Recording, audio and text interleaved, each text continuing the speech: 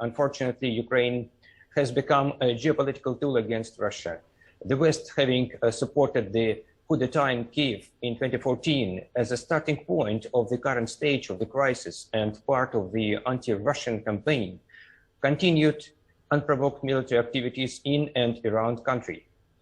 During numerous recent conversations and visits, the Western officials repeat the mantra about the Russian troops near the border of Ukraine, but they keep silent on the reasons why it happens. How many NATO offensive troops are in the Eastern Europe, including those which are involved in the nuclear missions? How much lethal weapons they pumped into Ukraine? How intense their anti-Russian military exercises, including in the Black Sea? What the Western military advisors are doing in Ukraine?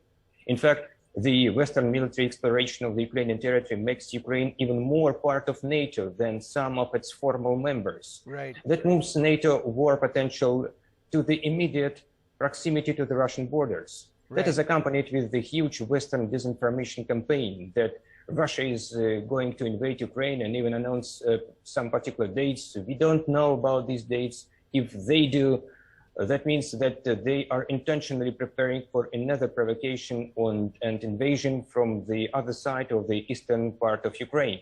All that is urging Russia to take defensive measures. Mr. Babushkin, the larger question is this, obviously. Does Russia intend to invade Ukraine? There is absolutely no reason for Russia to attack anyone. It would clearly negatively affect the economy focused on the post-pandemic recovery. The EU is as the neighbor of Russia, is critically important in terms of trade and investments as well as energy cooperation. We are not in a position to intentionally limit this partnership, especially being increasingly threatened by unilateral sanctions. But let's see who would benefit from such escalation. Under the pretext of escalation, Europe is being deprived of opportunities to cooperate with Russia, and cheaper Russian energy resources will be replaced with the American supplies. Another point is that by instigating the crisis, the West is simply diverting attention from its domestic problems, including weak positions of Democrats in the US ahead of midterm elections. They need some foreign policy success being tough on Russia, especially after recent failures in Afghanistan and growing sentiments that promotion of democracy by the West is associated with the regime change policy, interference in domestic affairs, military invasions, unilateral pressure, and blackmail. They intensively use the mysterious Russian threat because they need the reason to resolve the problem of NATO identity, which was clearly missing after the Cold War. Right. So, Mr. Babushkin, is the path, therefore, to diplomacy still open as far as Moscow is concerned? We don't put any artificial timelines for that, and we want everyone to cool down and start talking seriously, listening to each other. Unlike what we repeatedly hear about the Russian troops buildup, consequences that would follow, and that we should take first step to de-escalate. Escalation clearly comes from another side. What we are ready for equal and mutually respectful dialogue, taking into consideration interests of all states, especially legitimate security concerns. But there is no substantive feedback, just ignorance. Mass media is playing a huge destructive role, sometimes even running ahead of the train and announcing that invasion is already happening, making everyone to believe it. And we won't be surprised if they say, look, there were visits, telephone calls, even on the leaders level, but there is no progress, so we have to make more pressure. And we can admit that this scenario is already there. It is a deliberate Cold War approach and in violation of previous agreements and commitments by NATO and even international law. No, but Mr. Babushkin, I'm just trying to understand over here. On the one hand, you say the path to diplomacy is open. Then you say that there is no timeline and that Russia welcomes talks. You've spelled out a lot of the problems, and you've also spoken about de-escalation. But how long, but that process of de-escalation needs to happen with Russia as well. You've got more than 1.2 lakh armed forces personnel surrounding Ukraine in various areas. So how long can you sustain them in those areas? Wouldn't the process of de-escalation also need Russia to have them move back? Russia is prepared for any development.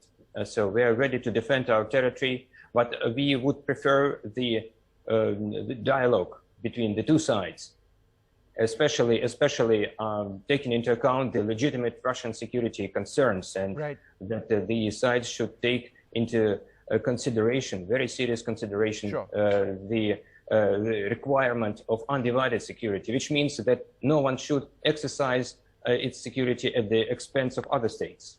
So here's the interesting point, Mr. Babushkin. As you know all too well, even though Ukraine in the past may have expressed a desire to join NATO, NATO hasn't exactly gone out of their way in telling Ukraine that, look, please come aboard and we are going to admit you. This has been one of Russia's biggest concerns, that you don't want to see Ukraine as part of NATO. Now, that's not going to happen anytime soon. And that still remains one of your big demands. But realistically, it won't happen. So why is that necessarily a problem? Why can't that be resolved? Isn't that low-hanging fruit between both sides? Look, the expansion of NATO is an existential threat to Russia, since member states under the US leadership deploy offensive weapons in the immediate proximity to the Russian borders. That's why legally binding guarantees of non-expansion of NATO are now the Russian red line. We don't need promises anymore. NATO more than often broke them. Now the situation is critical, drawing closer to the risk of military confrontation. Otherwise, it also further instigates provocative actions by Kyiv authorities. For them, the so-called Russian threat is the reason not to implement the Minsk agreements. Kyiv obviously is not interested in security talks between NATO and Russia. We expect from NATO to influence Ukraine for a more constructive and pragmatic approach. It's first of all the Ukrainian obligation to fulfill Minsk agreements pertaining to the direct dialogue between the Kyiv authorities and the eastern regions of the country, on ceasefire regime, special status of the Russian-speaking territories, holding elections, etc., to be followed by relevant constitutional amendments. Legally speaking, Russia has nothing to do with that. But clearly, Kyiv is not going to implement anything, while NATO has become a tool of confrontation. It's not true that NATO is ensuring the European security. It's impossible without Russia and mutually respectful dialogue, as well as principle of undivided security. Right. And therefore, that in fact brings me to my last question. Is Russia satisfied with India's position on the recent developments, particularly at the United Nations? Well, we are in a very close touch with our Indian partners. We also explain our understanding of the situation. However, independent countries can clearly see themselves what's going on. That's why we can say that we are glad that India has taken an independent view, which was clearly demonstrated at the recent UN Security Council vote.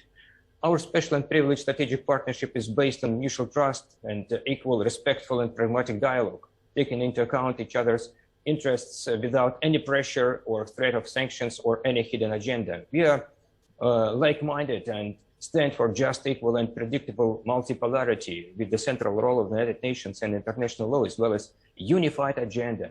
And when it comes to global and regional issues especially, we are not participating in any institutions which are aimed against anyone, but focused on practical cooperation for global peace and stability, as well as sustainable development and well-being of our nations.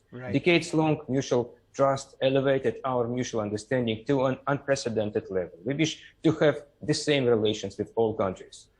Well, Mr. Babushkin, I'm sure it's your hope, as it is everybody else's, that there is peace in the region, that there isn't any armed conflict that would affect millions of people in the region and several more all across the world, directly or indirectly. I'd like to thank you very much for joining us and sharing the Russian perspective. Thank you very much indeed, sir. Thank you.